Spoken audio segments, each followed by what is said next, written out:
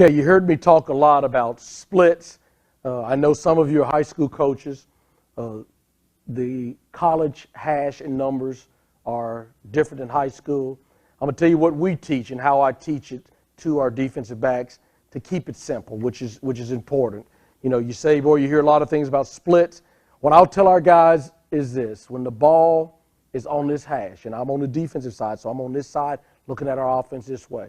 When the ball is on the defensive hash and there's a receiver split, I use the numbers. And what that means is that if the receiver is anywhere in here on the numbers, he's put himself in position to where he can do several things. He's in position to where he still can run a curl, he still can run a comeback, he still can run a post.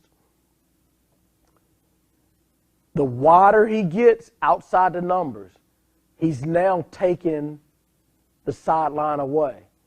So most of the time when a receiver is out wide, outside the numbers, ball's on his hash, and he's outside the numbers, and again, 70+% of the game is played on the hash, then we know that he's opening it up to run some type of inside route to take care of this field. Make the quarterbacks that you face have to play out here. So what we may do there is I may take our defensive back and I may take him, and on that wide split, rather than playing him head up, I may go with my outside foot, splitting his crotch to the inside in the same stance, but I'll let him know that you don't have an inside cut, and I'm going to make him. You may play against some quarterbacks that can't throw the fade route. They can't throw the ball up here, but they can sure throw a slant. They can sure throw a curl. Or the tighter they get inside the numbers, there is no slant room.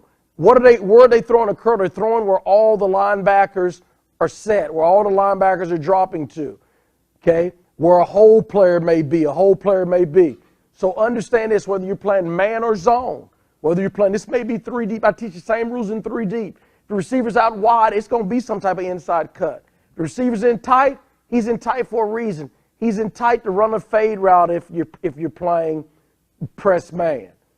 He's in tight if you're playing off to run a speed out.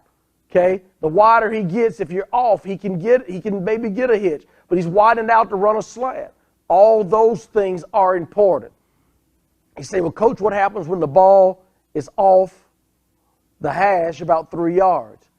I tell our guys you treat the numbers, and if he's off 3 yards, you're dead in the middle of the numbers.